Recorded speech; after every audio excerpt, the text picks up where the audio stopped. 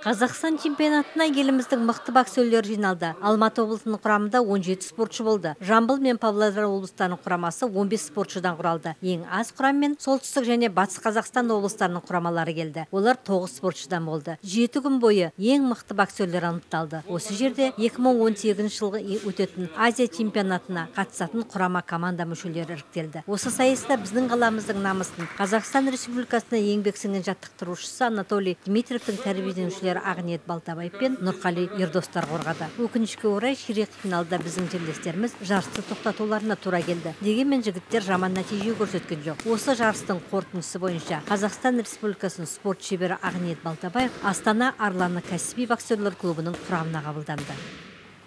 Я, конечно, как тренер очень горд. Мен жаттықтырушы ретінде өз тәрбиеленушінің жеткен жетістіктерін мақтан етемін. Енді ол Астана Арланы клубының құрамында әлемнің мықты деген спортшылар арасында жарысқа түсетін болады. Жолы болсын деп тілеймін. Биылғы жылы ол үшін сәтті болуда. Ол Алматы академия оқуға түсіп бірінші курсында оқып жатыр. Жолы ашық болуда. Енді Астана Арланы клубы құрамында жетістіктерге жете берсін. Әлем чемпионы атансын.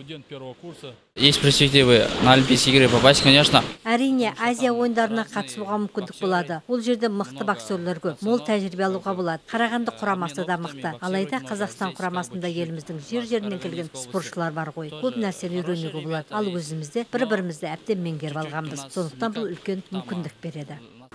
Естеріңізге сала кетейік, бұған дейін Ағниет Балтабаев клубтың оқу-жаттығу жиындарына қатысып келді. Бірақ құрамға қабылданған жоқ. Енді теміртаулық боксер жігіт Қазақстанда кәсіби боксерлер клубына ресми қабылданды. Астана Арландары кәсіби спорттық клубы Қазақстан бокс федерациясында 2010 жылы құрылған. Клуб бүкіл әлемдік бокс сериясына 2010-2011 жылғы маусымнан қатысып келеді. Көптеген жетістіктерге жеткен.